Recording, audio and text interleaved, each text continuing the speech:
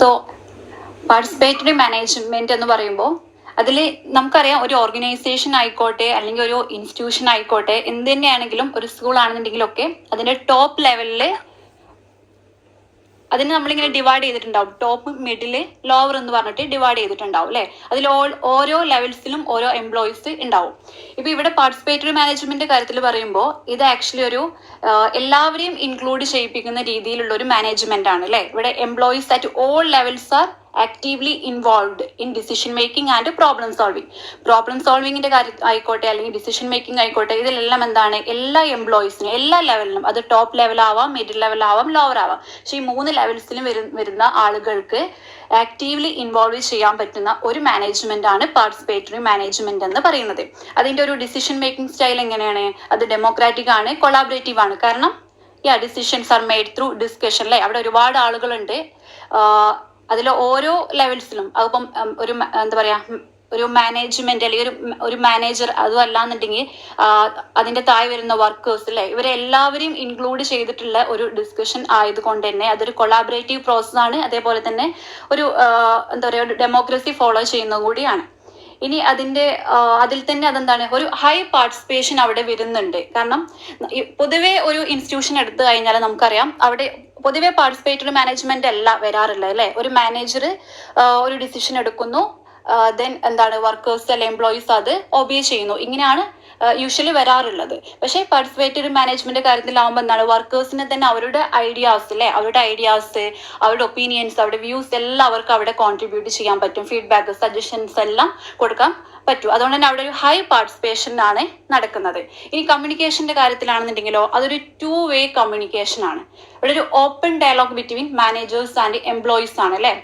നമുക്കറിയാം, ഒരു ടോപ്പ് ലെവലിലും ഒരു എന്താ പറയാ, ഒരു ലോവർ അല്ലെങ്കിൽ ലോവസ്റ്റ് ലെവലിൽ നിൽക്കുന്ന 2 സെക്ഷൻസ് ആണ്. പക്ഷെ ഇവിടെ എന്താണ്, മാനേജേഴ്സിനും എംപ്ലോയീസിനും പരസ്പരം അവിടെ കമ്മ്യൂണിക്കേറ്റ് ചെയ്യാനുള്ള ഒരു പ്ലാറ്റ്ഫോം പാർട്ടിസിപ്പേറ്ററി മാനേജ്മെന്റിൽ ഉണ്ട്. അതുകൊണ്ട് തന്നെ അതൊരു 2-way കമ്മ്യൂണിക്കേഷൻ ആണ്.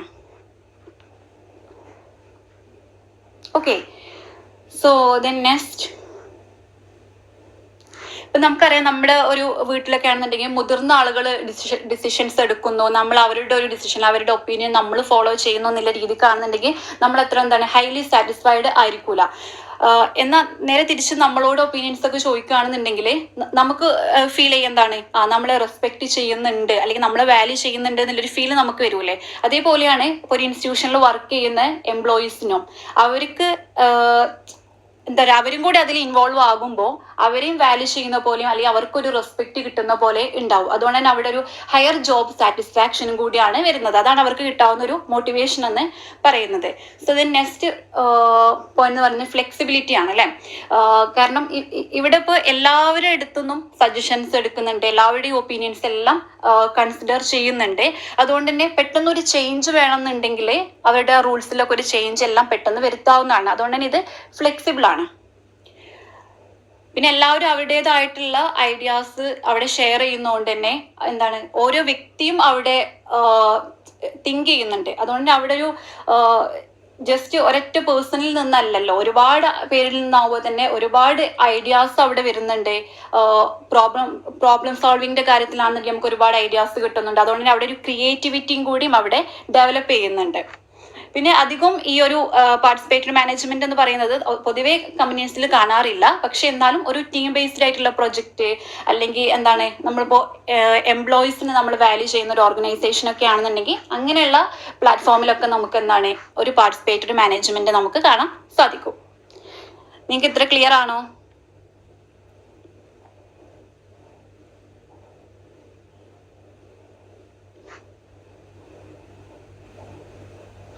നിങ്ങൾക്ക് ക്ലിയർ ആയിട്ടുണ്ടോ പാർട്ടിസിപ്പേറ്ററി മാനേജ്മെന്റ്?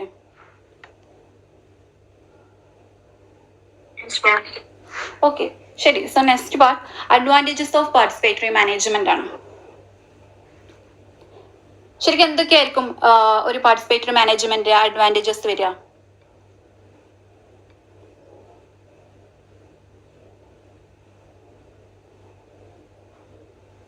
ഫാത്തിമ,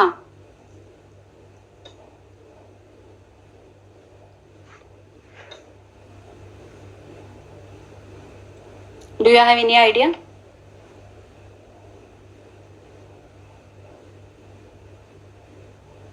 ഡെമോക്രേറ്റീവ് ആണെന്ന് നമ്മൾ പറഞ്ഞല്ലോ, അതുകൊണ്ട് തന്നെ ഒന്നുകൂടി ഈസി ചെയ്തിരിക്കും. Yes, very good. ഓക്കെ, ശരി. അപ്പോൾ ഒരു അഡ്വാൻറ്റേജ് ഓഫ് പാർട്ടിസിപ്പേറ്ററി എന്ന് പറയുന്നത് ഇപ്പൊ ഫാത്തിമ പറഞ്ഞതുപോലെ തന്നെ ഒരു ഡെമോക്രസി അവിടെ ഫോളോ ചെയ്യുന്നുണ്ടല്ലോ. അതുകൊണ്ട് തന്നെ എല്ലാവരും സാറ്റിസ്ഫൈഡ് ആയിരിക്കും അല്ലേ? ഓക്കെ, ഇനി ഇവിടെ ഓക്കെ സ്ക്രീനിലോട്ട് നോക്കിയോളൂ. അതിൽ ഫസ്റ്റ് തിങ് എന്ന് പറയുമ്പോൾ ഹാപ്പി എംപ്ലോയീസ് ആണ്. എല്ലാവരും ഹൈലി സാറ്റിസ്ഫൈഡ് ആയതുകൊണ്ട് തന്നെ ഓരോ എംപ്ലോയീസ് എന്താണ് ഹാപ്പി ആയിരിക്കും. ആൻഡ് നെക്സ്റ്റ് തിങ് എന്ന് പറയുന്നത് മോർ ക്രിയേറ്റിവിറ്റി ആണ് അല്ലേ? എല്ലാവരും സ്വന്തം ഒപ്പീനിയൻസ് ഷെയർ ചെയ്യുന്നതുകൊണ്ടും അതേപോലെ തന്നെ എല്ലാവർക്കും ഷെയർ ചെയ്യാനുള്ള ഒരു ചാൻസ് കിട്ടുന്നതുകൊണ്ടും അവർ അവിടെ തിങ്ക് ചെയ്യും. അതുകൊണ്ട് തന്നെ അവരുടെ ക്രിയേറ്റിവിറ്റിയും അവിടെ ഡെവലപ്പ് ചെയ്ത് വരുന്നുണ്ട്. Then better team work. ഒരുപാട് ആളുകൾ നമുക്കറിയാം, ജസ്റ്റ് ഒരു പേഴ്സൺ ചെയ്യുമ്പോൾ അയാളുടെ ഒരു ഐഡിയ മാത്രമേ അവിടെ ഉണ്ടാവുള്ളൂ. പക്ഷേ ഒരു ടീം വർക്ക് എന്ന് പറയുമ്പോൾ ഒരുപാട് ആളുകളുടെ ഒപ്പീനിയൻസ് അവിടെ ഷെയർ ചെയ്യുന്നുണ്ട്. അതുകൊണ്ട് തന്നെ നല്ലൊരു ഒരു ഡിസിഷൻ എടുക്കാനും നമുക്ക് സാധിക്കും. അതുകൊണ്ട് തന്നെ ഒരു ബെറ്റർ ടീം വർക്ക് എന്നുള്ളത് പാർട്ടിസിപ്പേറ്ററി മാനേജ്മെന്റിന്റെ ഒരു അഡ്വാൻറ്റേജ് ആണ്. ദെൻ നെക്സ്റ്റ് വരുന്നത് ഓപ്പൺ ഫീഡ്ബാക്ക്. നമുക്കറിയാം ഒരുപാട് ആളുകൾ അതിലിപ്പോൾ മാനേജേഴ്സ് ആയിക്കോട്ടെ അല്ലെങ്കിൽ വർക്കേഴ്സ് ആയിക്കോട്ടെ എല്ലാവരും അവരുടെ ഒപ്പീനിയന് ഷെയർ ചെയ്യുന്നതുകൊണ്ട് തന്നെ അവിടെ ആക്ച്വലി ഒരു ഒരു സുപ്പീരിയർ കോംപ്ലക്സും കാര്യങ്ങളൊന്നും വരുന്നില്ല.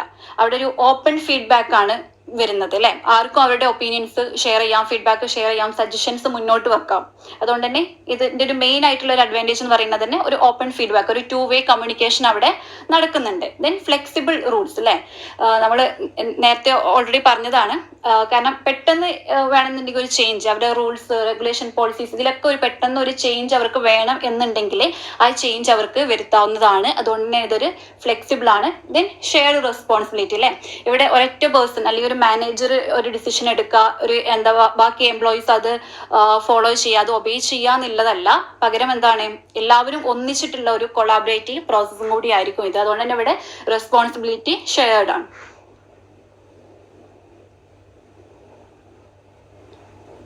Okay, then next. ഓക്കെ, ഇനി ഇതിന്റെ ഒരു ഡിസ്അഡ്വാൻറ്റേജ് ആർക്കെങ്കിലും ഒന്ന് പറയാൻ പറ്റുമോ? ഇപ്പം നമ്മൾ ഒരുപാട് അഡ്വാൻറ്റേജസ് നമ്മൾ പറഞ്ഞല്ലോ.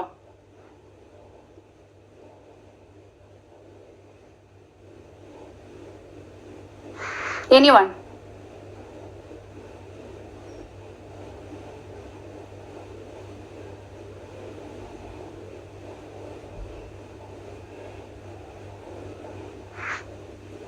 എല്ലാ പൊസിഷനിലുള്ള ആളുകളും ഒരു ഡിസിഷൻ മേക്കർ, ഒരു കമ്പനീന്റെ അല്ലെങ്കിൽ ഒരു സ്കൂളിന്റെ ഡിസിഷൻ മേക്കിൽ ഇൻവോൾവ് ചെയ്യാന്ന് പറയുമ്പോൾ അതിൽ കുറച്ച് ഡിസ്അഡ്വാൻറ്റേജും ഉണ്ടാവില്ലേ? കുറച്ച് നെഗറ്റീവ് ആയിട്ടുള്ള കാര്യങ്ങളും വരാൻ ചാൻസ് ഇല്ലേ? പെട്ടെന്ന് തീരുമാനം എടുക്കാനൊന്നും പറ്റുന്നുണ്ട്. ഇൻക്ലൂഡ് ചെയ്യിക്കണം എന്നൊക്കെ വരുമ്പോ ഓക്കെ, കറക്റ്റ് ആണ്. കോൺഫ്ലിക്റ്റ് റൈസ് ചെയ്യും. Very good. അതെ, ഒരുപാട് ആളുകൾ. സോറി, ഒന്നുകൂടെ പറഞ്ഞിട്ടാ? Yes, very good.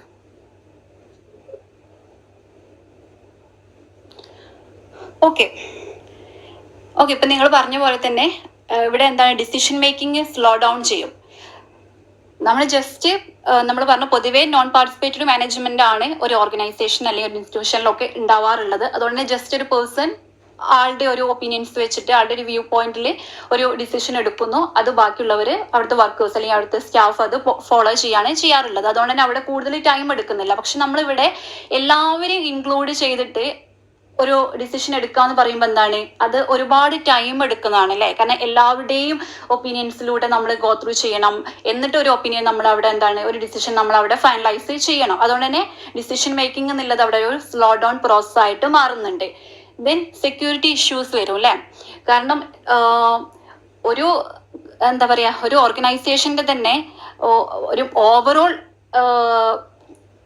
പ്ലാനിങ്ങും കാര്യങ്ങളും അല്ലെങ്കിൽ ഓർഗനൈസേഷൻ എല്ലാം ഒരു ടോപ്പ് പൊസിഷനിൽ നിൽക്കുന്ന ആൾ തൊട്ട് ഏറ്റവും ലോവർ പൊസിഷനിൽ നിൽക്കുന്ന ആൾ വരെ അതിൽ ഇൻവോൾവ് ആകുക അല്ലെങ്കിൽ അതിനെ കുറിച്ചിട്ട് ഐഡിയ ഉണ്ടായിരിക്കുക എന്ന് പറയുമ്പോൾ അവിടെ സെക്യൂരിറ്റി ഇഷ്യൂ വരാൻ ചാൻസ് കൂടുതലാണ്. ഓക്കെ, ദെൻ അടുത്തൊരു കാര്യം എന്ന് പറയുന്നത് എല്ലാ ആളുകളും ഡിഫറെൻ്റ് ആയതുകൊണ്ട് തന്നെ അവരുടെ ഒപ്പീനിയൻസും ഡിഫറെൻ്റ് ആണ് അല്ലേ? എല്ലാവരുടെയും വ്യൂസ് ഡിഫറെൻ്റ് ആണ്, ഐഡിയാസ് ഡിഫറെൻ്റ് ആണ്. അതുകൊണ്ട് തന്നെ അവരത് ഷെയർ ചെയ്യുന്ന ടൈമിൽ അതിൽ മറ്റുള്ളവരിൽ നിന്ന് ഒരു നെഗറ്റീവ് ആയിട്ടുള്ള ഒരു റിയാക്ഷൻ ഒരു പോസിറ്റീവ് ആയ റിയാക്ഷനും എല്ലാം വരാൻ ചാൻസ് ഉണ്ട് അല്ലേ. അവിടെ ആർഗ്യുമെന്റ്സ് നടക്കാൻ ചാൻസ് ഉണ്ട്, ഒരുപാട് ഡിസഗ്രിമെന്റ്സും കാര്യങ്ങളൊക്കെ വരാറുണ്ട്. Then needs A good leaders. Actually നമ്മൾ എന്താണ് മാനേജേഴ്സ് വരുന്നുണ്ട്, എംപ്ലോയീസ് വരുന്നുണ്ട്, ഒരു 2-way കമ്മ്യൂണിക്കേഷൻ ആണ് എന്നൊക്കെ നമ്മൾ പറയുന്നുണ്ടെങ്കിൽ പോലും എല്ലാവരുടെയും ഒപ്പീനിയൻസിനെ കൺസിഡർ ചെയ്തിട്ട് ഒരു ഡിസിഷൻ ഫൈനലൈസ് ചെയ്യാന്ന് പറയുന്നത് അത്ര ഈസി ടാസ്ക് അല്ല അല്ലെ. അപ്പൊ അത് എന്താ പറയാ, അത് ബാലൻസ് ചെയ്യാൻ പറ്റിയ അല്ലെങ്കിൽ അത് മെയിൻറ്റെയിൻ ചെയ്യാൻ പറ്റിയ ഒരു ലീഡറിനെ അവിടെ ആവശ്യമാണ് അല്ലെ. ഒരു മാനേജർ പൊസിഷനിൽ നിൽക്കുന്ന ഒരു വ്യക്തിയാണെന്നുണ്ടെങ്കിൽ എന്താണ് അത് നല്ലൊരു ഗുഡ് ലീഡർഷിപ്പും കൂടി ആ ഒരു ക്വാളിറ്റിയും കൂടി അവിടെ വേണം. എങ്കിൽ മാത്രമേ എല്ലാവരുടെയും ഒപ്പീനിയൻസ് ഒരേമാതിരി കൺസിഡർ ചെയ്തിട്ട് ഒരു ഫൈനൽ ഡിസിഷനിലോട്ട് എടുക്കാൻ പറ്റുള്ളൂ. ഓക്കെ, ഇനി അടുത്ത ടോപ്പിക് വരുന്നത് നോൺ പാർട്ടിസിപ്പേറ്ററി ആണ്. ഓക്കെ, ഇതിന് നേരെ ഓപ്പോസിറ്റ് ആണ് അല്ലേ. ഇപ്പൊ നോൺ പാർട്ടിസിപ്പേറ്ററി മാനേജ്മെന്റ് എന്ന് പറയുമ്പോൾ എന്താണ്, അവിടുത്തെ പാർട്ടിസിപ്പേറ്ററി മാനേജ്മെന്റിൽ ഓൾ എംപ്ലോയീസ് ആണ് അല്ലെ, എല്ലാവരും അവിടെ ഇൻവോൾവ് ആണ്. പക്ഷെ നോൺ പാർട്ടിസിപ്പേറ്ററി മാനേജ്മെന്റ് കാര്യത്തിലാവുമ്പോൾ എന്താണ്, അവിടെ ഡിസിഷൻ മേക്കിംഗ് നടക്കുന്നത് ടോപ്പിലാണ് അല്ലെ, ടോപ്പ് ലെവലിലാണ് ഡിസിഷൻ മേക്കിംഗ് നടക്കുന്നത്. ഇപ്പൊ നമ്മളൊരു സ്കൂളിന്റെ കാര്യം എടുക്കുകയാണെന്നുണ്ടെങ്കിൽ അവിടുത്തെ ഒരു ടോപ്പ് ലെവൽ എന്ന് പറയുമ്പോൾ ആ ഒരു മാനേജ്മെന്റ്, പ്രിൻസിപ്പാള്, ആ ഒരു സറൗണ്ടിങ്സ് അല്ലെ, അവിടെയാണ് ഡിസിഷൻ മേക്കിംഗ് നടക്കുന്നത്. ബാക്കി അതിന്റെ താഴെ വരുന്ന അവിടുത്തെ സ്റ്റാഫ് വർക്കേഴ്സ് എല്ലാം എന്താണ്, അത് ജസ്റ്റ് ഒബേ ചെയ്യാണ് ചെയ്യുന്നത്. ആ ഒരു പ്രോസസ് ആണ് നോൺ പാർട്ടിസിപ്പേറ്ററി മാനേജ്മെന്റിൽ നടക്കുന്നത്. ഇവിടെ എന്താണ്, ഒരു മ്യൂച്വൽ ഡിസ്കഷൻ വരുന്നില്ല. ഇപ്പൊ നമ്മൾ പാർട്ടിസിപ്പേറ്ററിയിൽ പറയുമ്പോൾ നമ്മൾ എന്താണ്, അതൊരു 2-way കമ്മ്യൂണിക്കേഷൻ ആണ്, അവിടെ ഒരു അണ്ടർസ്റ്റാൻഡിങ്ങും അഡ്ജസ്റ്റ്മെന്റും ഒക്കെ വരുന്നുണ്ട്. പക്ഷേ നോൺ പാർട്ടിസിപ്പേറ്ററി മാനേജ്മെന്റിൽ ഒരു മ്യൂച്വൽ ഡിസ്കഷൻ അവിടെ വരുന്നില്ല അല്ലെ. ജസ്റ്റ് എംപ്ലോയീസ് എന്താണ്, ആ ഒരു ടോപ്പ് ലെവലിൽ നിൽക്കുന്നവർ എന്താണോ പറയുന്നത് അത് ഒബേ ചെയ്യുക എന്നുള്ളത് മാത്രമാണ് നോൺ പാർട്ടിസിപ്പേറ്ററി മാനേജ്മെന്റിൽ മെയിൻ ആയിട്ടും വരുന്നത്. അതേപോലെ തന്നെയാണ് ഈ എംപ്ലോയീസിന്റെ വ്യൂസോ ഒപ്പീനിയൻസോ ഒന്നും ഇവിടെ കൺസിഡർ ചെയ്യപ്പെടുന്നില്ല. അതുകൊണ്ട് തന്നെ അവർക്ക് എന്താണ് പേഴ്സണലി ഒരു റെസ്പെക്റ്റും അല്ലെങ്കിൽ എന്താണ് അവരെ വാല്യൂ ചെയ്യുന്നതായിട്ടുള്ള ഒരു ഫീലും അവിടെ വരുന്നില്ല. അത് എന്താണ് അവർക്കിടയിൽ ഒരു മോട്ടിവേഷന് ഇല്ലാതാക്കാനും ചാൻസസ് കൂടുതലാണ്. ഇവിടെ നോൺ പാർട്ടിസിപ്പേറ്ററി മാനേജ്മെന്റിൽ മാനേജർ ആക്ട് ലൈക്ക് ഒരു അഡ്മിനിസ്ട്രേറ്റർ എന്ന് പറയാം അല്ലെ. കാരണം എന്താണ്, ഏറ്റവും ടോപ്പ് ലെവലിലാണ് അഡ്മിനിസ്ട്രേഷൻ വരുന്നത്, അതിന്റെ താഴെയാണ് മാനേജ്മെന്റ് വരുന്നത്. പക്ഷെ ഇവിടെ മാനേജർ ഇപ്പൊ എംപ്ലോയീസിനെ സംബന്ധിച്ചിടത്തോളം ഒരു മാനേജർ ഒരു ഡിസിഷൻ എടുക്കുന്നു, അത് അവർ ഒബേ ചെയ്യുമെന്ന് പറയുമ്പോൾ എന്താണ്, അവിടെ ഒരു അഡ്മിനിസ്ട്രേഷൻ പോലെയാണ് അത് നടക്കുന്നത്. ഓക്കെ, ശരി. ഇനി നിങ്ങൾ ഒരു നോൺ പാർട്ടിസിപ്പേറ്ററി മാനേജ്മെന്റിന്റെ ഒരു അഡ്വാൻറ്റേജ് പറഞ്ഞേ.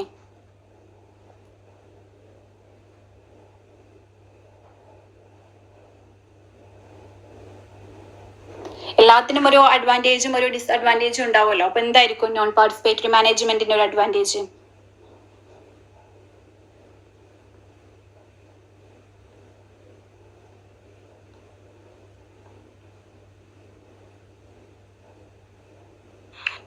എല്ലാ ലെവൽ മാനേജ്മെന്റിനും പാർട്ടിസിപ്പേറ്റ് ചെയ്യാനുള്ള അവസരം കിട്ടും. ഈവൻ ദ ലോവർ ലെവൽ വർക്കേഴ്സിന്റെ അഡ്വൈസസും നമുക്ക് കിട്ടും. എടാ, നോൺ പാർട്ടിസിപ്പേറ്ററി മാനേജ്മെന്റ് ആണ് ചോദിക്കുന്നത്. പാർട്ടിസിപ്പേറ്ററി മാനേജ്മെന്റിലല്ലേ എല്ലാവരും ഇൻവോൾവ് ചെയ്യുന്നത്? ഓക്കെ, നോൺ പാർട്ടിസിപ്പേറ്ററിയിൽ എല്ലാവരും ഇൻവോൾവ് ചെയ്യുന്നില്ലല്ലോ. അപ്പൊ എന്തായിരിക്കും ഒരു അഡ്വാൻറ്റേജ്? അപ്പൊ ക്വിക്ക് ഡിസിഷൻസ് ആയിരിക്കും. ഓക്കെ, കൂടുതൽ ടൈം എടുക്കില്ല. അതെ, അതായത് നമ്മൾ നേരത്തെ പറഞ്ഞതിന്റെ നേരെ ഓപ്പോസിറ്റ് കാര്യങ്ങൾ പറയാന്നുള്ളതാണ് നോൺ പാർട്ടിസിപ്പേറ്ററി മാനേജ്മെന്റ്. ജസ്റ്റ് അവിടെ അഡ്വാൻറ്റേജ് ആയിട്ടുള്ളത് ഇവിടെ ഡിസ്അഡ്വാൻറ്റേജ് ആണെന്ന് മാത്രം. ഓക്കെ, സോ ഇനി നിങ്ങൾക്ക് ഈ ഒരു ഭാഗത്ത് മെയിൻ ആയിട്ട് ക്വസ്റ്റ്യൻ വരുന്നത് എങ്ങനെയാന്ന് വെച്ച് കഴിഞ്ഞാല് 2 തരത്തിലാണ് വരിക. ഒന്ന് പാർട്ടിസിപ്പേറ്ററി മാനേജ്മെന്റ് അല്ലെങ്കിൽ നോൺ പാർട്ടിസിപ്പേറ്ററി മാനേജ്മെന്റിനെ കുറിച്ചിട്ടൊരു എസ്സേ, അത് എന്താണെന്നുള്ളത്. അതിന് അടുത്തത് വരുന്നത് രണ്ടും തമ്മിലുള്ളൊരു കമ്പാരിസൺ ആയിരിക്കും. ഓക്കെ, ഇത് ആക്ച്വലി നമ്മൾ പറഞ്ഞ കാര്യങ്ങൾ തന്നെ വീണ്ടും റിപ്പീറ്റ് ചെയ്യാണ്. ഇപ്പൊ പാർട്ടിസിപ്പേറ്ററി എന്ന് പറയുമ്പോൾ എന്താണ്, അത് ഫ്ലെക്സിബിൾ ആണ്, പീപ്പിൾ ഓറിയന്റഡ് ആണ് അല്ലെ. പക്ഷെ നോൺ പാർട്ടിസിപ്പേറ്ററി എന്ന് പറയുമ്പോൾ അത്ര ഫ്ലെക്സിബിൾ അല്ല, പീപ്പിൾ ഓറിയന്റഡ് അല്ല. പിന്നെ ഇവിടെ പാർട്ടിസിപ്പേറ്ററി മാനേജ്മെന്റ് കാര്യത്തിൽ വരുമ്പോൾ എന്താണ്, ഓരോ വ്യക്തികളും ഡിസിഷൻസ് എടുക്കുമ്പോൾ തന്നെ എന്താണ്, അത് ഫ്രം വിത്തിൻ എന്ന് നമുക്ക് പറയാം അല്ലെ. പക്ഷെ നോൺ പാർട്ടിസിപ്പേറ്ററി ആകുമ്പോൾ എന്താണ്, everything comes from the above എന്നാണ്. അതേപോലെ തന്നെ പാർട്ടിസിപ്പേറ്ററി മാനേജ്മെന്റിൽ ഒരു ഫ്രീഡം നമുക്ക് കിട്ടുന്നുണ്ട്. അതിൽ ഓരോ വ്യക്തിക്കും അല്ലെ, ഓരോ ഇൻഡിവിജ്വലിനും അവിടെ ഒരു ഫ്രീഡം കിട്ടുന്നുണ്ട്. പക്ഷേ നോൺ പാർട്ടിസിപ്പേറ്ററി മാനേജ്മെന്റ് കാര്യത്തിലാവുമ്പോൾ അവിടെ ഒരു ഫ്രീഡം ഒന്നും കിട്ടുന്നില്ല. നമ്മൾ ജസ്റ്റ് അവരുടെ റൂൾസ് നമ്മൾ ഒബേ ചെയ്യുക എന്നുള്ളതാണ് സംഭവിക്കുന്നത്. അതേപോലെ തന്നെ പാർട്ടിസിപ്പേറ്ററി മാനേജ്മെന്റ് ആകുമ്പോൾ നമ്മുടെ ഉള്ളിൽ നിന്ന് തന്നെ ഒരു മോട്ടിവേഷൻ നമുക്ക് വരും. കാരണം എന്താണ്, നമ്മളും അതിൽ ഇൻവോൾവ് ആവുന്നുണ്ട്, നമ്മളെ വാല്യൂ ചെയ്യുന്നുണ്ട്, നമ്മളെ റെസ്പെക്ട് ചെയ്യുന്നുണ്ട്, നമ്മളെ കൺസിഡർ ചെയ്യുന്നുണ്ട് അല്ലേ. അപ്പോൾ സ്വാഭാവികമായിട്ട് നമുക്ക് ഒരു ഹയർ സാറ്റിസ്ഫാക്ഷൻ അവിടെ സംഭവിക്കുന്നതുകൊണ്ട് തന്നെ നമുക്ക് വർക്ക് ചെയ്യാനുള്ള ഒരു മോട്ടിവേഷൻ നമ്മുടെ ഉള്ളിൽ നിന്ന് തന്നെ വരും. പക്ഷെ നോൺ പാർട്ടിസിപ്പേറ്ററി മാനേജ്മെന്റ് നമുക്ക് അത്ര വാല്യൂ ഉള്ളതായിട്ട് നമുക്ക് ഫീൽ ചെയ്യുന്നില്ല അല്ലെ, നമുക്ക് ഒരു ബെനിഫിറ്റ് ഉള്ള പോലെ തോന്നുന്നില്ല. അതുകൊണ്ട് തന്നെ മോട്ടിവേഷൻ നമുക്ക് മാനേജർ അടുത്ത് നിന്നും നമുക്ക് കിട്ടിയിട്ട് വേണം. ഓക്കെ, ഇനി പാർട്ടിസിപ്പേറ്ററി മാനേജ്മെന്റിലാകുമ്പോൾ ഓരോ ഇൻഡിവിജ്വലിനും അവിടെ ഓരോ വ്യക്തികളെയും അവിടെ ഫോക്കസ് ചെയ്യുന്നുണ്ട് അല്ലെ, ഒരു ഇൻഡിവിജ്വൽ ഫോക്കസ് അവിടെ നടക്കുന്നുണ്ട്. പക്ഷെ non participatory management focus is on the manager അല്ലെ, ജസ്റ്റ് മാനേജർ മാത്രമാണ് അവിടെ ഒരു ഫോക്കസ് വരുന്നത്. ബാക്കി ആർക്കും അവിടെ വേറെ ഒരു എംപ്ലോയീസിനും അതിൽ യാതൊരു വക റൈറ്റും ഇല്ല. ആൻഡ് ദെൻ പാർട്ടിസിപ്പേറ്ററിന്റെ കാര്യത്തിലാവുമ്പോൾ manager is more like a leader അല്ലെ. നമ്മൾ ഡിസ്അഡ്വാൻറ്റേജ് പറഞ്ഞ ടൈമിൽ നമ്മൾ പറഞ്ഞിട്ടുണ്ടായിരുന്നു, ഒരു ഗുഡ് ലീഡർ ഇല്ലെങ്കിൽ അതൊരു പ്രോബ്ലം ആണെന്നല്ലേ.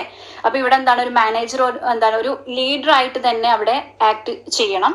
ബട്ട് നോൺ പാർട്ടിസിപ്പേറ്ററി ആണ് മാനേജർ ഒരു ലീഡർ ആയിട്ടല്ല, ഒരു അഡ്മിനിസ്ട്രേറ്റർ ആയിട്ടാണ് വർക്ക് ചെയ്യുന്നത്. ഇതാണ് ഇത് തമ്മിലുള്ള ഒരു കമ്പാരിസൺ എന്ന് പറയുന്നത് കേട്ടോ. നിങ്ങൾക്ക് മെയിൻ ആയിട്ടും കമ്പാരിസൺ ആണ് ചോദിക്കാറുള്ളത് എക്സാമിന്. ഓക്കെ, സോ നിങ്ങൾ അടുത്ത ടോപ്പിക് വരുന്നത് എഡ്യൂക്കേഷണൽ മാനേജ്മെന്റ് ആണ്.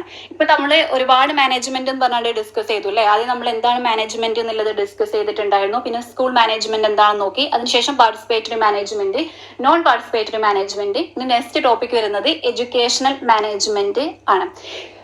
പിന്നെ അതിനുശേഷം നിങ്ങൾക്ക് റിസോഴ്സ് മാനേജ്മെന്റ് എന്നുള്ളൊരു ടോപ്പിക്കും കൂടി ഞാൻ വരുന്നുള്ളൂ ആകെ. അതോടുകൂടി ഈ ഒരു ചാപ്റ്റർ കംപ്ലീറ്റ് ആവും കേട്ടോ. ശരി, അപ്പൊ educational management. Educational management is the process of planning, organizing, directing, coordinating, and controlling of an institution by utilizing humans and material resources so as to effectively and efficiently accomplish the functions of teaching, extension works, and research. ഇവിടെ education മാനേജ്മെന്റിന്റെ കാര്യം വരുമ്പോൾ നമ്മൾ എല്ലാ management പറയുന്ന പോലെ തന്നെ ഇതും ഒരു പ്രോസസ് ആണല്ലേ. ഇതും ഒരു ഡൈനാമിക് പ്രോസസ് ആണ്. പ്രോസസ് ഓഫ് പ്ലാനിങ് ആണ്, ഓർഗനൈസിങ് ആണ്, ഡിറക്റ്റിംഗ് ആണ്, കോർഡിനേറ്റിംഗ് ആണ്, കൺട്രോളിംഗ് ആണ് അല്ലെ. ഇതെല്ലാം എല്ലാത്തിലും സെയിം ആണ്. ഒരു ഇൻപുട്ട് അത് സെയിം ആണ് വരുന്നത്.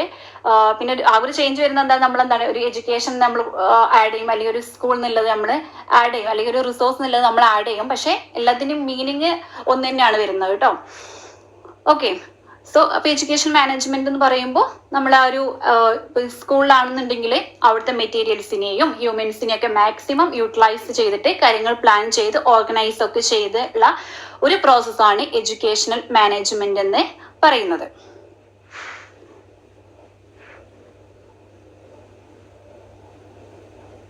ഓക്കെ, സോ നെക്സ്റ്റ് വരുന്നത് ഫങ്ഷൻസ് ഓഫ് എഡ്യൂക്കേഷണൽ മാനേജ്മെന്റ് ആണ്.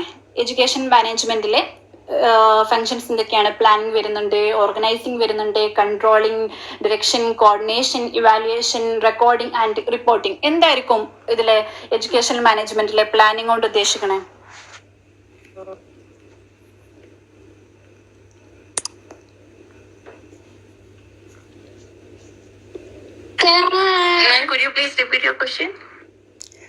നമ്മളിപ്പോൾ ഡിസ്കസ് ചെയ്യുന്നത് എഡ്യൂക്കേഷണൽ മാനേജ്മെന്റിലെ ഫങ്ഷൻസ് ആണ്. അതിൽ ഫസ്റ്റ് വൺ എന്ന് പറയുന്നത് പ്ലാനിങ് ആണ്. Second one organising, then controlling, direction, coordination, evaluation, recording and reporting. Okay, അപ്പൊ അതിൽ ഫസ്റ്റ് നമ്മൾ പറഞ്ഞു പ്ലാനിങ് ആണ് ഫസ്റ്റ് ഒരു കമ്പോണന്റ് അല്ലെങ്കിൽ ഒരു ഫംഗ്ഷൻ എന്ന് പറഞ്ഞു. അപ്പൊ എന്തായിരിക്കും ഇവിടെ എഡ്യൂക്കേഷണൽ മാനേജ്മെന്റിലെ ഒരു പ്ലാനിങ് വരുന്നത്? 100% റിസൾട്ട് വരിക. Okay, good. നമ്മൾ സ്കൂളിന് വേണ്ടിയിട്ട് ഒരു റോഡ് മാപ്പ് തന്നെ ഒന്ന് ക്രിയേറ്റ് ചെയ്യാണ് അല്ലേ. നമ്മുടെ ഗോൾസ് ഒക്കെ സെറ്റ് ചെയ്യാം.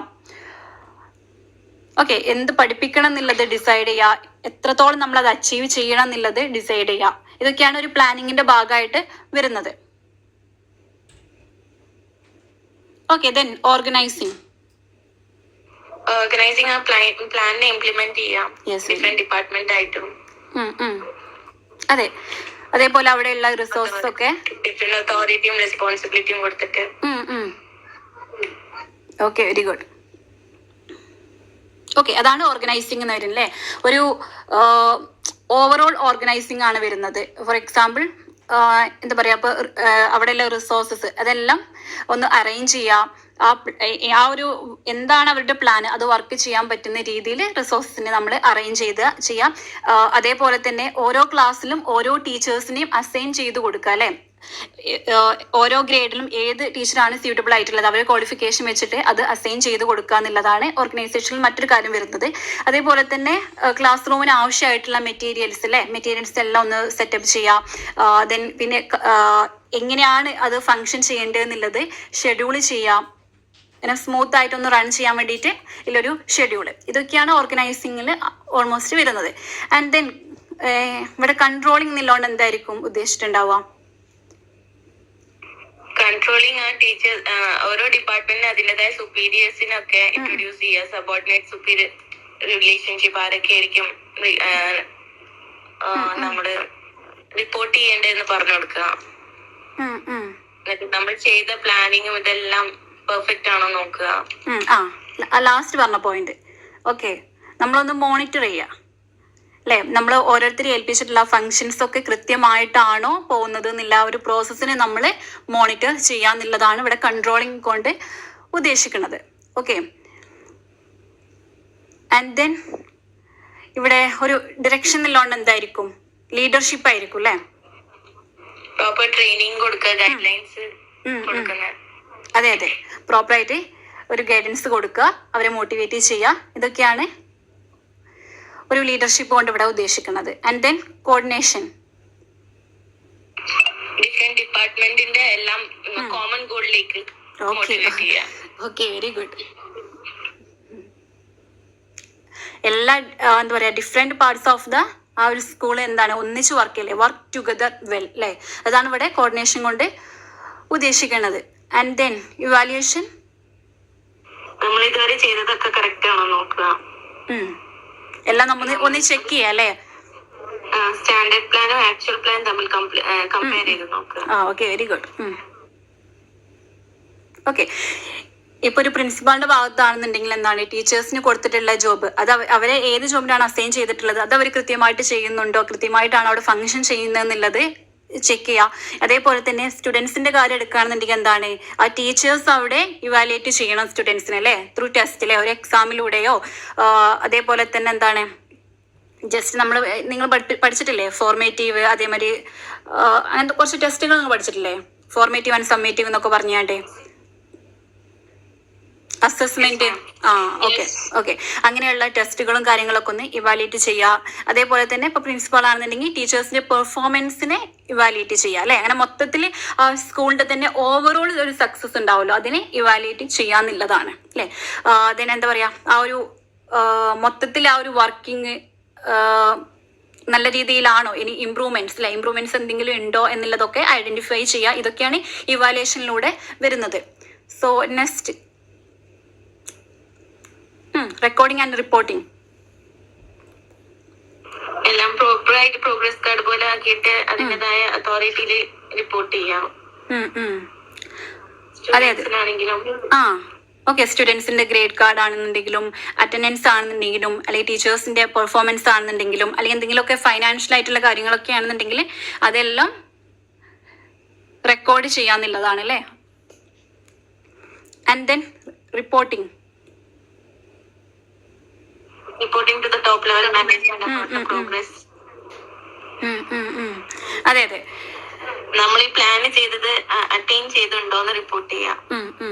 അതെ, അതേപോലെ തന്നെ പാരന്റ്സിനോടാണെന്നുണ്ടെങ്കിലും ആ ഒരു സ്റ്റുഡൻസിന്റെ ആ ഒരു ഗ്രോത്ത് അവരുടെ ഒരു പ്രോഗ്രസ് എങ്ങനെയാണെന്നുള്ളതൊക്കെ പാരന്റ്സിനോട് ഇൻഫോം ചെയ്യുക. ഇതെല്ലാം റിപ്പോർട്ടിങ്ങിന്റെ ഭാഗമായിട്ട് വരും. ഓക്കെ, സോ ഇതാണ് മൊത്തത്തിൽ ഒരു എഡ്യൂക്കേഷണൽ മാനേജ്മെന്റിന്റെ ഫങ്ഷൻസ് എന്ന് പറയുന്നത്. ഇതിലോട്ട് വേണമെന്നുണ്ടെങ്കിൽ നിങ്ങൾക്ക് ഇനിയും കുറെ ആഡ് ചെയ്യാവുന്നതേ ഉള്ളൂ കേട്ടോ. ആക്ച്വലി നിങ്ങളുടെ എല്ലാവരുടെയും പബ്ലിക്കേഷന് സെയിം അല്ല. ഇപ്പൊ നിങ്ങളുടെ പേപ്പർ വാല്യൂ ചെയ്യുന്ന ഒരു ടീച്ചറിനെ സംബന്ധിച്ചിടത്തോളാണെന്നുണ്ടെങ്കിലും അവർ ഇന്ന പബ്ലിക്കേഷൻ എന്ന് പറഞ്ഞിട്ടായിരിക്കില്ല ഫോളോ ചെയ്യുന്നത്. ഇതിന്റെ എല്ലാത്തിന്റെയും ഒരു കോൺസെപ്റ്റ് എന്താ പറയുക അത് കറക്റ്റ് ആയാൽ മതി, അത്രേ ഉള്ളൂ. നിങ്ങൾക്ക് മാർക്കുകളും ഇതേ ഓർഡറിൽ തന്നെ നിങ്ങൾ എഴുതണം എന്ന് പോലും ഇല്ല. ഇതിന്റെ ഇടയിൽ നിങ്ങൾക്ക് വേറെയൊക്കെ നിങ്ങൾക്ക് ആഡ് ചെയ്യാവുന്നതാണ് കേട്ടോ. ഓക്കെ, അപ്പൊ functions of educational management just നമ്മൾ പറഞ്ഞത് planning, organising, controlling, direction, coordination, evaluation, recording and reporting. ഇതൊക്കെയാണ് മെയിൻ ആയിട്ട് നമ്മൾ എഡ്യൂക്കേഷണൽ മാനേജ്മെന്റിന്റെ ഫങ്ഷൻസ് ആയിട്ട് പറയുന്നത്. ഓക്കെ, സോ ഇനി നിങ്ങൾക്ക് അടുത്ത ടോപ്പിക് വരുന്നത് റിസോഴ്സ് മാനേജ്മെന്റ് ആണ്. ഓക്കെ, ഇവിടെ റിസോഴ്സ് മാനേജ്മെന്റ് കൊണ്ട് എന്താണ് ഉദ്ദേശിക്കുന്നത്? ഇപ്പൊ ഒരു സ്കൂളിന്റെ കാര്യത്തിലാണെന്നുണ്ടെങ്കിൽ അവിടെ അവൈലബിൾ ആയിട്ടുള്ള റിസോഴ്സസ്, അതിന്റെ മാക്സിമം യൂട്ടിലൈസേഷൻ ആണ് അല്ലെ, അത് പ്ലാൻ ചെയ്യാന്നുള്ളതാണ് ഇവിടെ ഒരു റിസോഴ്സ് മാനേജ്മെന്റ് കൊണ്ട് ഉദ്ദേശിക്കുന്നത്. ഇപ്പൊ ഒരു സ്കൂൾ എടുക്കുകയാണെന്നുണ്ടെങ്കിൽ അവിടുത്തെ ഒരു എന്താ പറയാ റിസോഴ്സ് എന്ന് പറയുന്നത് എന്തൊക്കെയായിരിക്കും? Library, computer, teachers, assets. Okay okay,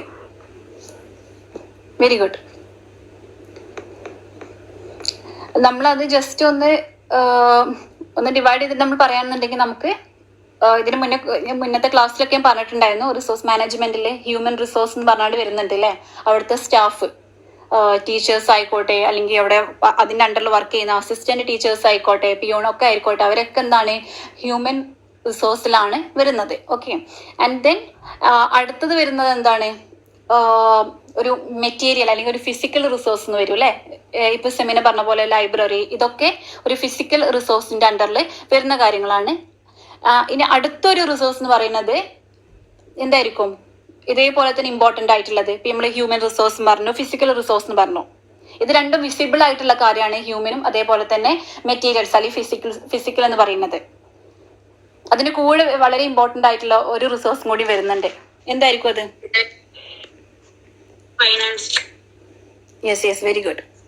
okay, financial എന്ന് പറഞ്ഞ ഒരു റിസോഴ്സും കൂടി അവിടെ വരുന്നുണ്ട് അല്ലേ. അത് ആക്ച്വലി വിസിബിൾ അല്ല. ഇവിടെ മെയിൻ ആയിട്ട് ഹ്യൂമൻ റിസോഴ്സും അതേപോലെ തന്നെ ഫിസിക്കൽ റിസോഴ്സും, ഇത് രണ്ടുമാണ് വിസിബിൾ ആയിട്ടുള്ളത്. പക്ഷെ ഫൈനാൻഷ്യൽ വളരെ ഇമ്പോർട്ടന്റ് ആയിട്ടുള്ള ഇതിന്റെ കൂടെ വരുന്ന മറ്റൊരു റിസോഴ്സ് ആണ്. ഓക്കെ, ദെൻ ഓക്കെ, ഇനി ടൈപ്സ് ഓഫ് റിസോഴ്സ് നോക്കാം. Human resource, material or physical resource, then financial resource. Okay, ഇനി നമ്മൾ ഹ്യൂമൻ റിസോഴ്സിലോട്ട് പോവുകയാണെന്നുണ്ടെങ്കിൽ ജസ്റ്റ് അവിടെയുള്ള പീപ്പിൾ, അവിടുത്തെ ഒരു സ്റ്റാഫും കാര്യങ്ങളൊക്കെ അല്ലേ. അപ്പൊ ഹ്യൂമൻ റിസോഴ്സിൽ എന്തൊക്കെയാണ് ഇൻക്ലൂഡ് ചെയ്യുന്നത്? ടീച്ചേഴ്സ് ഇൻക്ലൂഡ് ചെയ്യുന്നുണ്ട്, അവിടുത്തെ അഡ്മിനിസ്ട്രേറ്റേഴ്സ് ഇൻക്ലൂഡ് ചെയ്യുന്നുണ്ട്, സപ്പോർട്ട് സ്റ്റാഫ് അല്ലെ, സപ്പോർട്ടിംഗ് സ്റ്റാഫ് ഇൻക്ലൂഡ് ചെയ്യുന്നുണ്ട്, സ്റ്റുഡൻസ് അതിൽ ഇൻക്ലൂഡ് ചെയ്യുന്നുണ്ട്. ഇനി അവരുടെ ഒരു അല്ലെങ്കിൽ ഒരു ഹ്യൂമൻ റിസോഴ്സ് മാനേജ്മെന്റിന്റെ ഒരു ടാസ്ക് എന്ന് പറയുന്നത് എന്താണ്?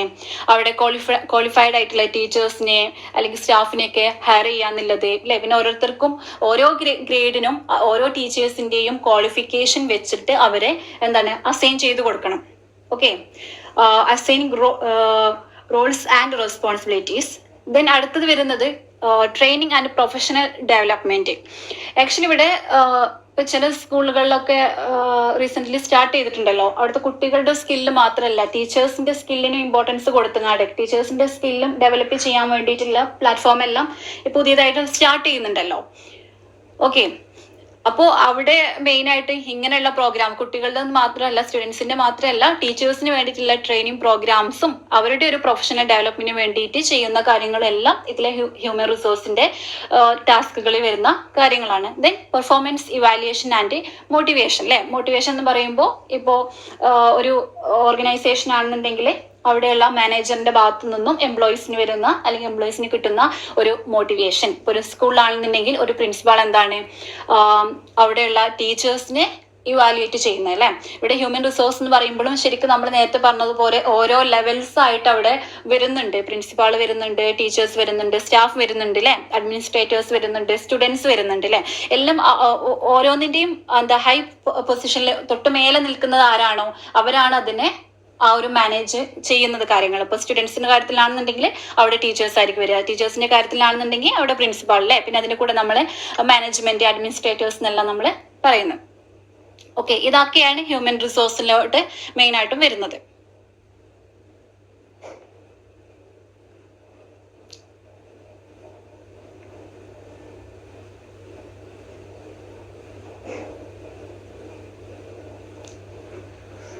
ഓക്കെ ദെൻ ഇതിപ്പോൾ ഓൾറെഡി ഡിസ്കസ് ചെയ്ത് ഞാൻ ഈ സ്ലൈഡ് മാറ്റാൻ മറന്നാൽ നിങ്ങൾ ജസ്റ്റ് ഒന്ന് ഇൻഫോം ചെയ്യണം കേട്ടോ. ഓക്കെ ദെൻ നെക്സ്റ്റ് വൺ വരുന്നത് മെറ്റീരിയൽ ഓർ ഫിസിക്കൽ റിസോഴ്സ് ആണ്. ഇപ്പൊ ഇതിൽ മെറ്റീരിയൽ റിസോഴ്സ് അല്ലെങ്കിൽ ഫിസിക്കൽ റിസോഴ്സ് എന്ന് പറയുന്നത് എന്തൊക്കെ ആയിരിക്കും? ഇപ്പൊ സെമീന പറഞ്ഞ പോലെ ലൈബ്രറി വരും, പിന്നെ എന്തൊക്കെയാ വരുന്നത്? കമ്പ്യൂട്ടർ ലാബ്,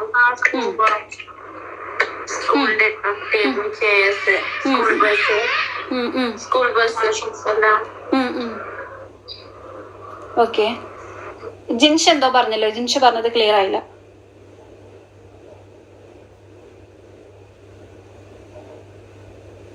ടെക്സ്റ്റ് ബുക്കുകളും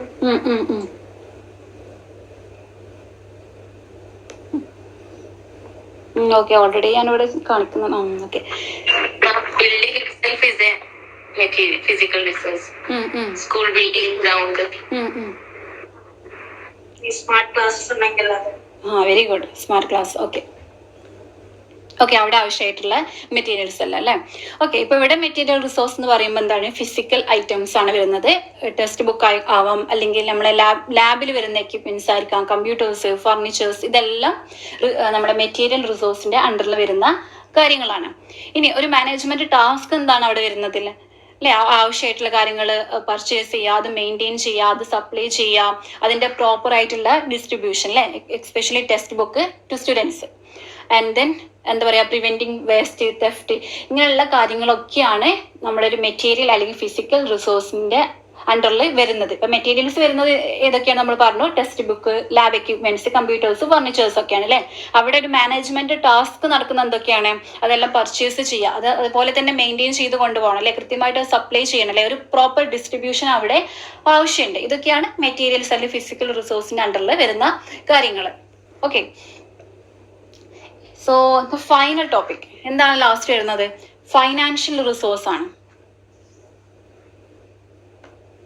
ഓക്കെ ഫൈനാൻഷ്യൽ റിസോഴ്സ് എന്ന് പറയുമ്പോൾ നമുക്കറിയാം മെയിൻ ആയിട്ടും അവർക്ക് അവിടെ സ്പെൻഡ് ആവുന്ന എന്താ പറയുക ആ ഒരു കോസ്റ്റ്, അതിന്റെ സ്പെൻഡിങ്സും കാര്യങ്ങളൊക്കെ അല്ലെ, മണിയാണ് മെയിൻ ആയിട്ട് ഫൈനാൻഷ്യൽ റിസോഴ്സ് എന്ന് പറഞ്ഞുകൊണ്ട് ഉദ്ദേശിക്കുന്നത്. ഇവിടെ ഒരു സ്കൂളിനെ സംബന്ധിച്ച് ഒരു ഫൈനാൻഷ്യൽ റിസോഴ്സ് എന്ന് പറയുമ്പോൾ എന്തൊക്കെയായിരിക്കും, അല്ലെങ്കിൽ എവിടെ നിന്നൊക്കെയായിരിക്കും അത് വരുന്നത്? Government fund allocate ചെയ്യുന്നുണ്ടായിരിക്കും.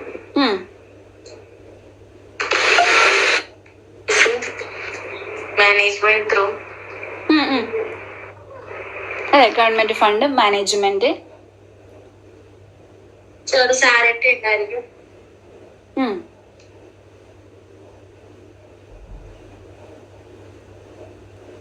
then പിന്നെ സ്കൂൾ ഫീസ് കളക്ട് ചെയ്യും private. Yes very good. Okay ഇതിൽ മെയിൻ ആയിട്ട് വരുന്ന കാര്യമാണല്ലേ school fee, government fund, donation, പിന്നെ മാനേജ്മെന്റ്. ഓക്കെ ഇതൊക്കെയാണ് മെയിൻ ആയിട്ട് നമ്മുടെ ഫൈനാൻഷ്യൽ റിസോഴ്സ് എന്ന് പറയുന്നത് അല്ലേ? ഇനി ഇവരുടെ ഒരു ടാസ്ക് എന്ന് പറയുന്നത് എന്തൊക്കെയായിരിക്കും? അവിടെ ഒരു ബഡ്ജറ്റ്. എങ്ങനെടാ? ആ ഓക്കെ ഓക്കേടാ തമീസ്. ഓക്കെ ഓക്കെ അപ്പൊ ഇനി ഫൈനാൻഷ്യൽ റിസോഴ്സിലെ ഒരു ടാസ്ക്, മാനേജ്മെന്റ് ടാസ്ക് എന്ന് പറയുന്നത് എന്താണ്? അവിടെ ഒരു ബഡ്ജറ്റ് പ്ലാനിങ് വരുന്നുണ്ട്. ഫോർ എക്സാമ്പിൾ സാലറീസിന്റെ കാര്യത്തിലാണെങ്കിലും, ബുക്സിന്റെ കാര്യത്തിലാണെങ്കിലും, പിന്നെ അതേപോലെ തന്നെ ഇൻഫ്രാസ്ട്രക്ചർ, ഇതിന്റെ കാര്യത്തിലൊക്കെ ഒരു പ്ലാനിങ് അവിടെ ഇമ്പോർട്ടന്റ് ആണ് അല്ലെ? അതേപോലെ തന്നെ അവർക്ക് വരുന്ന ആ ഒരു എക്സ്പെൻസ് അത് അവിടെ ട്രാക്ക് ചെയ്യണം. അതേപോലെ തന്നെ സ്കൂൾ പ്രൊജക്ടിനൊക്കെ ആവശ്യമായിട്ടുള്ള ഫണ്ട് കാര്യങ്ങളൊക്കെ ഇതെല്ലാം ബാലൻസ് ചെയ്ത് പോകുക എന്നുള്ളതും ഫൈനാൻഷ്യൽ റിസോഴ്സിന്റെ ഒരു ടാസ്കുകളാണ്. പിന്നെ ഫൈനാൻഷ്യൽ റിസോഴ്സ് എന്ന് പറയുമ്പോൾ അവിടുത്തെ കുട്ടികളുടെ സ്കൂൾ ഫീസ്, ഗവൺമെന്റ് ഫണ്ട്, ഡൊണേഷന്, ഇതൊക്കെയാണ് മെയിൻ ആയിട്ടും വരുന്നത്. ഓക്കെ ആക്ച്വലി ഇതോടുകൂടി നിങ്ങളെ ഈ ഒരു ചാപ്റ്റർ കംപ്ലീറ്റ് ചെയ്തു കേട്ടോ.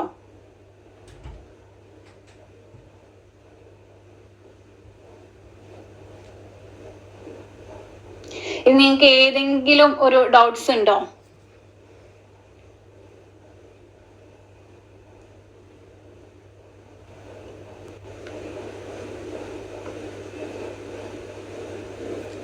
നിങ്ങൾക്ക് ഈ ഒരു ചാപ്റ്ററിന്റെ ആക്ച്വലി നിങ്ങൾക്ക് ഈ ഒരു പേപ്പർ വളരെ ഈസി ആയിട്ടുള്ള ഒരു പേപ്പറാണ് കേട്ടോ. തോന്നുന്നു നിങ്ങൾക്ക് ഫസ്റ്റ് സെം ഒക്കെ ആയിരിക്കും കുറച്ചുകൂടെ ബുദ്ധിമുട്ടായിട്ടുള്ളത്, പക്ഷെ സെക്കൻഡ് സെം അതേപോലെ തന്നെ ഫോർത്ത് സെം ഒക്കെ ഒന്നുകൂടെ നല്ല ഈസി ആയിട്ടുള്ള പേപ്പേഴ്സ് ആണ് വരുന്നത്. ഇപ്പൊ ഈ ഒരു പേപ്പർ ആണെന്നുണ്ടെങ്കിലും നമുക്ക് നമ്മുടേതായിട്ടുള്ള ലാംഗ്വേജിൽ ഓൺ ലാംഗ്വേജിൽ എഴുതാൻ പറ്റാവുന്ന ഒരു പേപ്പറും കൂടിയാണ്. ഓക്കെ, അപ്പം നമ്മൾ ഫസ്റ്റ് ചാപ്റ്റർ സ്കൂൾ മാനേജ്മെന്റ്, ഈ ഒരു ചാപ്റ്ററിൽ മെയിൻ ആയിട്ട് ക്വസ്റ്റ്യൻസ് വരുന്ന എന്തൊക്കെയാണെന്ന് പറയാം. ഇതിലിപ്പോ ഫസ്റ്റ് നമ്മള് ഒരു സ്കൂൾ മാനേജ്മെന്റിനെ പറ്റി ചോദിക്കും അല്ലെ, ഒരു ഗുഡ് സ്കൂൾ മാനേജ്മെന്റിന്റെ കുറിച്ചിട്ട് എഴുതാൻ പറയും. മേ ബി അതായിരിക്കും ഒരു ക്വസ്റ്റ്യൻ വരുന്നത്. അതല്ലാന്നുണ്ടെങ്കിൽ എയിംസ്, ഒബ്ജക്റ്റീവ്സ് ചോദിക്കാം. അതേപോലെ തന്നെ മീനിങ്, ഡെഫിനിഷൻ. എപ്പോഴും നിങ്ങൾക്ക് മീനിങ്സ് നിങ്ങൾക്ക് നിങ്ങളുടേതായിട്ടുള്ള രീതിയിൽ നിങ്ങൾക്ക് എഴുതാവുന്നതാണ് അല്ലെ, എന്തും എഴുതാം. ആ ഒരു കോൺസെപ്റ്റ് റിലേറ്റഡ് ആവണമെന്ന് മാത്രമേ ഉള്ളൂ. ദെൻ ഡെഫിനിഷൻ ആണെന്നുണ്ടെങ്കിൽ ഒരു ഇന്ന വ്യക്തി പറഞ്ഞു എന്നുള്ളൊരു ഡെഫിനിഷൻ വേണം. അപ്പൊ ഒരുപാട് ഇതിപ്പോ ഈ ഒരു ചാപ്റ്റർ മാത്രമല്ല, നമുക്ക് എന്താ പറയാ ഒരുപാട് സബ്ജക്ട് ഉണ്ട്, ഒരുപാട് പേപ്പേഴ്സ് ഉണ്ട്. അതിലെല്ലാം എന്താ പറയാ ഡിഫറെന്റ് യൂണിറ്റ്സ് വരുന്നുണ്ട്. പക്ഷെ അപ്പൊ എല്ലാം കൂടി ഒന്നിച്ച് പഠിക്കാന്നുള്ളത് ഡിഫിക്കൽട്ട് ആയിരിക്കും. അപ്പൊ എപ്പോഴും ഒരു ചാപ്റ്ററിൽ ഒരു ഡെഫിനിഷൻ നിങ്ങൾ അവിടെ പഠിച്ചു വെക്കണം. ഇപ്പൊ ഇതിൽ ആണെന്നുണ്ടെങ്കിൽ നമ്മൾ മാനേജ്മെന്റ് എന്നതിന്റെ ഒരു ഡെഫിനിഷൻ പഠിക്കുക. ഈ മാനേജ്മെന്റിന്റെ ഡെഫിനിഷൻ പഠിച്ചാൽ തന്നെ നിങ്ങൾക്ക് എന്താണ്, അത് നിങ്ങൾക്ക് സ്കൂൾ മാനേജ്മെന്റ് ചോദിച്ചാൽ അതിൽ നിങ്ങൾക്ക് അപ്ലൈ ചെയ്യാൻ പറ്റും. എഡ്യൂക്കേഷണൽ മാനേജ്മെന്റ് ചോദിച്ചാൽ അവിടെ നിങ്ങൾക്ക് അപ്ലൈ ചെയ്യാൻ പറ്റും. ഓക്കെ, അപ്പൊ ഫസ്റ്റ് ക്വസ്റ്റ്യൻ വരുന്നത് സ്കൂൾ മാനേജ്മെന്റ് റിലേറ്റ് ചെയ്തിട്ടായിരിക്കാം. അടുത്തൊരു ക്വസ്റ്റ്യൻ വരുന്നത് നിങ്ങൾക്ക് പാർട്ടിസിപ്പേറ്ററി മാനേജ്മെന്റും നോൺ പാർട്ടിസിപ്പേറ്ററി മാനേജ്മെന്റും ഇത് തമ്മിലുള്ള ഒരു ഡിഫറൻസ്, ഒരു കമ്പാരിസൺ ആയിരിക്കും വരുന്നത്. ഇതിൽ ആക്ച്വലി ആ ഒരു കമ്പാരിസന്റെ ആ ഒരു ടേബിൾ മാത്രം പഠിച്ചു പോയാൽ തന്നെ നിങ്ങൾക്ക് ഈ പാർട്ടിസിപ്പേറ്ററിയും നോൺ പാർട്ടിസിപ്പേറ്ററി റിലേറ്റ് ചെയ്തിട്ട് എന്ത് ക്വസ്റ്റ്യൻ ചോദിച്ചാലും നിങ്ങൾക്ക് സെയിം അത് തന്നെ നിങ്ങൾക്ക് എഴുതാവുന്നതാണ്. ഓക്കെ, പിന്നെ നിങ്ങൾക്ക് അടുത്തൊരു ടോപ്പിക് വരുന്നത്, പിന്നെ നിങ്ങൾക്ക് advantage of participatory management and then disadvantage of participatory management. ഇത് ഒരെണ്ണം തന്നെ പഠിച്ചു ചില നേരെ ഓപ്പോസിറ്റ് നോൺ പാർട്ടിസിപ്പേറ്ററി മാനേജ്മെന്റിലോട്ടും അങ്ങ് ആഡ് ചെയ്ത് കൊടുത്താൽ മതി. ഓക്കെ, ദെൻ അടുത്തത് വരുന്നത് എഡ്യൂക്കേഷണൽ മാനേജ്മെന്റ് ആണ്. ദെൻ അതിന്റെ ഫങ്ഷൻസ് ഓഫ് എഡ്യൂക്കേഷണൽ മാനേജ്മെന്റ്. ഇതൊക്കെ ജസ്റ്റ് നിങ്ങൾക്ക് ഒരു 1 ടൈം റീഡ് ചെയ്താൽ തന്നെ നിങ്ങൾക്ക് എക്സാമിനൊക്കെ എന്താ പറയുക ഈസി ആയിട്ട് നിങ്ങൾക്ക് കൈകാര്യം ചെയ്യാൻ പറ്റുന്ന കാര്യങ്ങളാണ്. ദെൻ അടുത്തൊരു ടോപ്പിക് വരുന്നത് നമ്മൾ റിസോഴ്സ് മാനേജ്മെന്റ്. റിസോഴ്സ് മാനേജ്മെന്റിൽ നമ്മൾ ടൈപ്പ് ഓഫ് റിസോഴ്സ് നമ്മൾ പഠിച്ചു. Human resource, material, physical resource, then financial resource. ഇത്രയും നിങ്ങൾക്ക് വരുന്നുള്ളൂ. ഇപ്പൊ മെയിൻ ആയിട്ട് നമ്മൾ മാനേജ്മെന്റ് എന്നൊരു ടോപ്പിക് എടുത്താൽ സ്കൂൾ മാനേജ്മെന്റ്, പാർട്ടിസിപ്പേറ്ററി അല്ലെങ്കിൽ non participatory management, educational management, resource management, അങ്ങനെ നോക്കുകയാണെങ്കിൽ നിങ്ങൾക്ക് ജസ്റ്റ് 4 ടോപ്പിക്സ് മാത്രം, മെയിൻ ആയിട്ട് 4 സബ് ഹെഡിങ്സ് മാത്രമേ ഇതിൽ മെയിൻ ഹെഡിങ്സ് ആയിട്ട് ഈ 4 മാത്രമേ വരുന്നുള്ളൂ. പിന്നെ അതിനുശേഷം ബാക്കിയെല്ലാം നമ്മൾ സബ് ഹെഡിങ്സ് ആയിട്ട് അല്ലെ. ഇപ്പൊ എന്താണ് ടൈപ്പ് റിസോഴ്സ് എന്നുള്ളൊരു ഹെഡിങ് എടുത്തു കഴിഞ്ഞാല്, റിസോഴ്സ് മാനേജ്മെന്റ് എന്നുള്ള എടുത്തു കഴിഞ്ഞാൽ പിന്നെ ടൈപ്സ് ഓഫ് റിസോഴ്സ് പറഞ്ഞിട്ട് പിന്നെ നിങ്ങൾ ഹ്യൂമൻ മെറ്റീരിയൽസ് എന്ന് പറഞ്ഞിട്ട് ഫൈനാൻഷ്യൽ എന്ന് പറഞ്ഞിട്ട് അങ്ങനെ ഇതെല്ലാത്തിന്റെയും ഹെഡിങ്സും സബ് ഹെഡിങ്സും മാത്രം പഠിച്ചു പോയാൽ തന്നെ നിങ്ങൾക്ക് ബാക്കി നിങ്ങളുടേതായിട്ടുള്ള ലാംഗ്വേജിൽ എഴുതാൻ പറ്റാവുന്ന ഒരു ചാപ്റ്റർ ആണ് ഇത്. ഓക്കെ, സോ ഇനി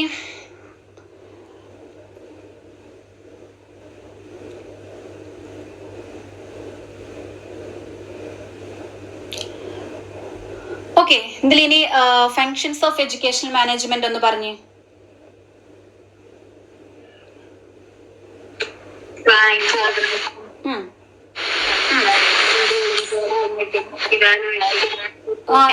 just 1 person.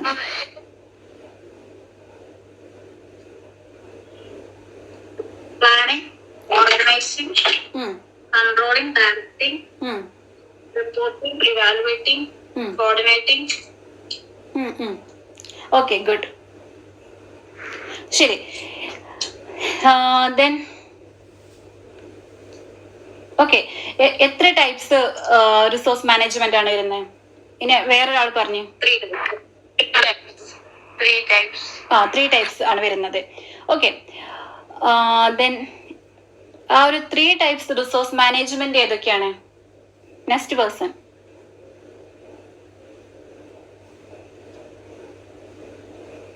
Human resources, physical management and financial resources. Okay, Fatima. Okay, good. Okay, അപ്പൊ നിങ്ങൾക്ക് ഓൾമോസ്റ്റ് ഈ ഒരു ചാപ്റ്റർ നിങ്ങൾ ഓക്കെ അല്ലേ? ഇത്രയൊക്കെ നിങ്ങൾക്ക് ഇതിൽ പഠിക്കാനും വരുന്നുള്ളൂ.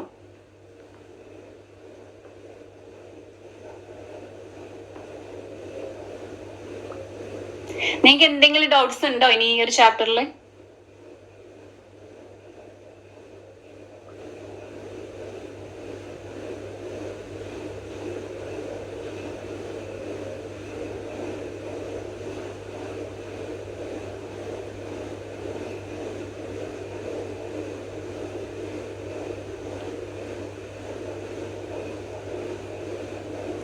ഓക്കെ, നമുക്കിനി അടുത്ത ക്ലാസ്സിൽ ഇതിൽ വരുന്ന ഒരു ക്വസ്റ്റ്യൻ പേപ്പേഴ്സ് നമുക്ക് ഡിസ്കസ് ചെയ്യാം കേട്ടോ.